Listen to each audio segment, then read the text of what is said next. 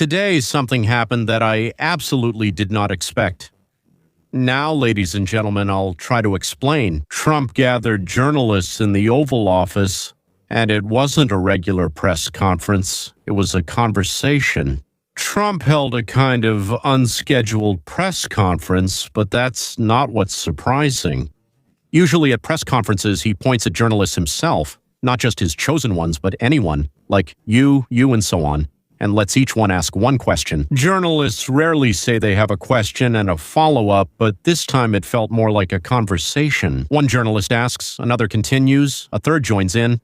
Trump wasn't leading, but rather participating in the conversation himself. Naturally, when he started answering, everyone fell silent, and when he finished, someone else would join in. It was unlike anything else in both form and content, actually, because what was happening was completely unexpected. And from my point of view, it was a serious turn, a political somersault, as they say, a turnaround in midair.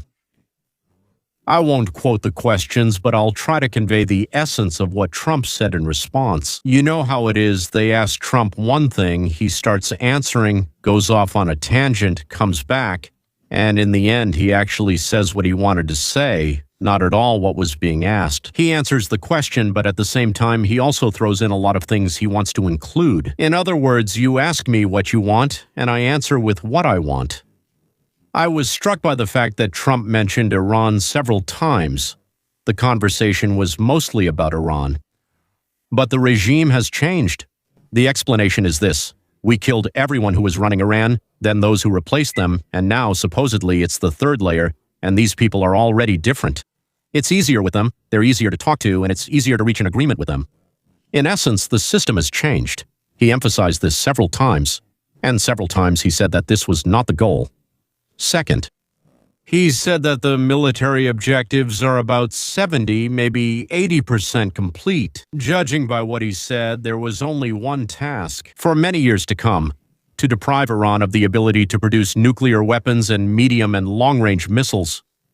Answering another question, Trump added, it will take Iranians about 20 years to restore everything that was destroyed. Well, I'm not sure about that. He's just giving himself some extra credit there. Well, let's say about half that time around. 10 лет, наверное, все-таки потребует. But that's a serious slowdown. 10 years? That's a serious slowdown. When he was asked what would happen if they restore everything, Trump answered almost without pause. If you're lucky and there's a president like me in the White House, we'll go and destroy them. Again. You can't give nuclear weapons to fanatics. We achieved, says Trump, almost everything we set out to do. And even things we didn't set out to do. Regime change. Now we're just finishing what we planned. Basically, we can leave. Well, the journalists, of course, were stunned by this. And they ask, when we finish, are we going to leave someone behind? What are we going to do? Trump says, why? We bombed them, didn't we? We bombed everything, nuclear, factories, warehouses, headquarters, everything related to medium and long-range missiles. Why risk the lives of our soldiers and spend taxpayers' money? From my point of view, this is no longer the same tune we heard from the White House some 2 to 3 weeks ago. Back then, they said we would take the enriched uranium, leave observers, take control of Iranian oil, and ensure security in the Hormuz area. When asked how long the final phase would take, he answered, clearly with a prepared phrase, 2 to 3 weeks. But he added, that's my view. Maybe the military will correct me. And what about the Strait, he was asked. If in 2 to 3 weeks the U.S. leaves and Iran still controls it, Trump said, maybe they will control it, but that's the business of those countries that get their oil from there. While we're here, we help ensure safe passage. If we leave, that's someone else's problem. We don't need oil from the Persian Gulf. And it's true we only bought about 2% of our oil from there, and the other 98%, so to speak, we mostly used our own. I'm tired, said Trump, of fighting the whole world to save others from Iranian blackmail. Jillian, good afternoon. President Trump states in the Wall Street Journal that he can put an end to this conflict, regardless of whether the Strait of Hormuz is open or not. And he does this in this message with a warning to his European friends. He says, to all those countries that can't get jet fuel because of the Strait of Hormuz, for example, the United Kingdom, I have an offer for you. First of all, buy from the US. We have plenty. And second, gather your courage. Go to the strait and just take it. You'll have to learn how to fight for yourself. The US will no longer help you, just like you weren't there for us. Iran is basically defeated. The hardest part is done. Go and get your own oil. And the president states today in the New York Post, we won't have to stay there for long, but we still have work to do to suppress their offensive potential, whatever it may be. And this strategy is working according to Trump's allies. There is a direct correlation between how many munitions we drop on Iran and how much more they want to negotiate. And local officials are also discussing various reports that Iran may be receiving direct or indirect assistance in fighting the US or countering US sanctions from Russia and China. As for Russia and China, we know exactly what they are doing or not doing. We don't need to make all of this public, but where necessary, we deal with it and we mitigate it or confront it directly. Head on. Here, unofficial sources are also aware that the price of gasoline is becoming excessively high, averaging $4 per gallon across the country. And Caroline Levitt tells us that right after the completion of Epic Fury, they are predicting fuel prices will drop to multi-year lows. In other words, the Europeans don't want to help, and the oil problems are theirs, not ours. We have solved our own problems that we wanted to address, namely nuclear weapons and long-range missiles, and now let them solve their own problems themselves. Moreover, if they really want, we can supply them with oil. We have plenty of it. The initial objectives, and I'm quoting Trump again, have been accomplished. Iran's military-industrial complex has been destroyed. Well, maybe not completely, but I think he said either 80 or 90%. I can't remember exactly right now. It will take them years and a lot of money to recover. That's what I'm saying. China and Russia are helping, so let them help. And as for the Europeans and Asians who need oil from the Persian Gulf, let them negotiate with Iran themselves or go there with their own troops, but without the United States of America. When we started this operation, we didn't promise anyone anything. We offered the Europeans and NATO members to join us, but they refused. That's why the U.S. doesn't feel obligated to solve other people's problems at its own expense. Now, just imagine for a second, in 23 weeks, the U.S. pulls out. The ships are gone, the planes have left, and the Israelis have also finished everything they wanted to do. They had, as they reported, I think 14,000 targets or something like that, and they stopped bombing Iran, and Iran now has to recover. And at the same time, it has seriously fallen out with others. If before there wasn't much love between Iran and, let's say, the Sunni world, but there were more or less neighborly relations, today even Saudi Arabia, there were problems there, and Qatar and the Emirates and Turkey. Qatar had good relations, things were okay with Turkey. All of them have been subjected to Iranian strikes. And they remembered that well. If Iran continues to detain their oil tankers, they will start detaining Iranian ones. The other side of the strait. The strait has two sides. One belongs to Iran, the other to these principalities. If Iran continues to block oil going to Europe and Asia, European and Asian countries will sooner or later have to send warships to ensure the passage of their vessels, or they will start looking for oil elsewhere, and then the countries of the Persian Gulf will realize that it has become their problem, and they will take care of protecting the oil routes themselves. A separate issue is the price of oil within the United States. This affects us today. I don't know if Trump can issue an order that during a crisis, American oil is sold primarily on the domestic market, and exports are limited until the domestic market is saturated. I think that in matters of national security, the president does have such powers. I don't know if he has the ability to regulate prices, and I'm usually against price regulation because of where it leads. But as a temporary measure, a measure that is very limited for a certain period of time, related to national security, maybe it does make sense to introduce something like that. If that's the case, then for a certain period, American companies get oil at prices not tied to global fluctuations, plus oil from Venezuela and Guyana. By the way, these are countries bordering Venezuela and having reserves comparable to those of Venezuela. The U.S. controls these resources in much the same way as the Venezuelan ones. Well, early this morning, President Trump posted a new round of complaints on Truth Social directed at allies who, according to him, aren't doing enough to ensure the security of the Strait of Hormuz, saying essentially, you're on your own. And that's why I thought it was important to clarify whether he plans to withdraw American assets from the Strait and the surrounding areas, because in that post, he definitely implied just that, saying, if you need oil, go and get it yourselves, because the United States will no longer support you. But the president told me that right now he doesn't intend to leave immediately, but he says that eventually he will, once again expressing his disappointment that not enough is being done to bring in more resources to help secure that strait. Of course, those allies said, listen, this is not our war, and they are very reluctant to get involved in it. The president also told me that, in his opinion, there has already, in essence, been a regime change there, that the people the United States is dealing with are much more reasonable. And he feels there is significant progress there, which is one of the reasons why he says he believes this war is gradually coming to an end. And he says they are 2 weeks ahead of schedule. Of course, he set that schedule himself, Major, initially saying it would take 4 to 6 weeks to achieve his military objectives.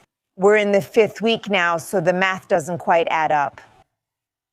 And finally, what I found most interesting, a part of this conversation, since the president was so candid about his goals, was my question to him about enriched uranium. Of course, we talked a lot about his goal to permanently end Iran's nuclear capability, but we also know that enriched uranium remains there in Iran. And, it will need to be removed most likely by ground forces rather than just airstrikes in order to completely destroy their capabilities. So I asked, if it is a mandatory condition to remove that enriched uranium before declaring victory. And the president said that he doesn't think about it much, that he knows they are buried deep and it would be hard for anyone to reach them, so he doesn't consider it a real threat. But he said they haven't decided yet, but he thinks it's pretty safe, and that's very telling because, again, it's one of the goals he has outlined. What does that tell us? That the Trump administration has come to the conclusion that getting a deal signed with Iran, one in which Iran would completely abandon its nuclear program, its missiles, and hand over control of its oil in the Strait of Hormuz, is not going to happen. Therefore, apparently a different decision has been made. The Israelis and Americans are destroying everything they consider part of Iran's military-industrial complex, and then leaving without completely stopping Iran. Well, delaying it for a good decade without actually seizing the enriched uranium by force, which the Iranians, of course, have long since distributed to different locations. Iran, of course, will declare itself the winner, will say that it has expelled the invader, and in a sense, it will be right. But for the U.S. and for Trump, something else is more important right now: to stop the war, bring energy prices back to pre-war levels, and focus on the lives of Americans. I give it about 80 out of 100. Что именно это сейчас и происходит. The remaining 20 is for the chance this is another Trump bluff, to lull Iran into a false sense of security before striking hard. But I have to say there is another point of view, and let's listen to that as well. This morning, confidence is growing in the global energy markets as more and more ships are passing through the Strait of Hormuz. Finance Minister Scott Bessent confirmed that oil tankers have successfully passed through this narrow point, and even a small number of tankers can have a very big impact on prices. Again, any supply is very important, and we want to get back to normal life. There is a shortage of about 10 to 12 million barrels per day on the market, and we are working on to cover this shortage. So, continuing our coverage of the massive U.S. strike on the bunkers in Isfahan, Iran last night, I think it's looking more and more like our theory about this may be confirmed. And to sum up, what we suggested yesterday is that, although of course at first glance it may seem like common sense that the US is dropping huge bombs on Iran, this is clear evidence that переговоры провалились, квазиперемирие закончилось. And here we are again in a state. We are in a state of total full-scale war and combat operations, but there is also an alternative possibility. We pointed out that this particular military base in Isfahan is known as a missile city. It's a massive IRGC fortress, right? The Iranian Revolutionary Guard, which, as we know, are hardliners in the government. These are the very people who are unwilling to negotiate with the United States. They seek to establish maximum control. They want to fight until the very end, which perhaps could become their destiny, as a deliberate lever to neutralize or take power away from Iranian hardliners and transfer it to moderates, those who truly want to negotiate with the United States. Who knows? Maybe it was a coordinated plan even between the US and those Iranian moderates to say, hey, calm down, we'll tell you that the IRGC is here if you want to negotiate tougher, right? And to be clear, we still don't know for sure, but I'm looking at signs that, for example, would make you think. After you saw that huge fireball over Iran, and we know that the strike was led by the US, that there would be some panic because of Iranian retaliation in the Hormuz Strait, but we're seeing the opposite. After the US destroyed that Iranian military base, suddenly we're seeing increased movement through the Hormuz Strait today. We're hearing Donald Trump and others point out the Hormuz Strait is more or less actually open. You just need to go out there, take it, and ensure your own security there. Yes. I'm addressing other countries, and if you even look at the words of the Iranian president, let me remind you, this is someone we widely consider perhaps more moderate in the government. He has repeatedly stated his readiness for negotiations, but once again after his country faced heavy bombardment today. He says that Iran is ready to end the war with the US, but with guarantees. And so he is still kind of maintaining this position for the public to save face. You know, Iran has its own negotiations, its own interests that it wants. But after this announcement, we watched with some curiosity the rise of the American stock market, for example, the Dow Jones, which rose by almost 3 points today, and a slight slowdown in the decline of oil prices in the United States, and there is no shortage. This is the US deficit. If we stick to this point of view, then after a massive strike on a huge weapons depot, including missiles, Iran for some reason froze instead of retaliating. Why, we don't know. So let's wait 24, maybe 48 hours and see. But it will be very interesting, of course, if it turns out that Iran simply ran out of missiles. There's another factor that is hardly mentioned in this context. In November, there are midterm elections for Congress, and Trump understands this better than anyone. Americans vote with their wallets. Gas at $4 a gallon is not an abstract number. It's every morning, every fill-up, every hour in the supermarket. Inflation, which had just started to be contained, is picking up again. And all of this is a direct consequence of the war in Iran and the closure of the Hormuz Strait. If the war drags on until autumn, the Republicans risk losing Congress. And losing Congress for Trump means losing the second half of his presidency as well. That's why he has a very specific deadline to finish by the end of April. Bring oil back to the market, lower gas prices, give the economy a break, and enter the election season not with a war on his hands, but with a victory. Maybe not a complete victory, maybe without a formal agreement, but with a statement that we did what we promised. Iran does not have nuclear weapons at this moment and will not be able to get them for the next few years. Our soldiers are home and America is back on top. All of this is possible if the war ends in April. There's less time left than it seems. Stay tuned for updates. Tomorrow evening, Trump will address the nation. By tomorrow, I probably mean Wednesday evening. Yes, on Wednesday evening, Trump will address the nation. I'll be here and break down everything he says. So, until next time.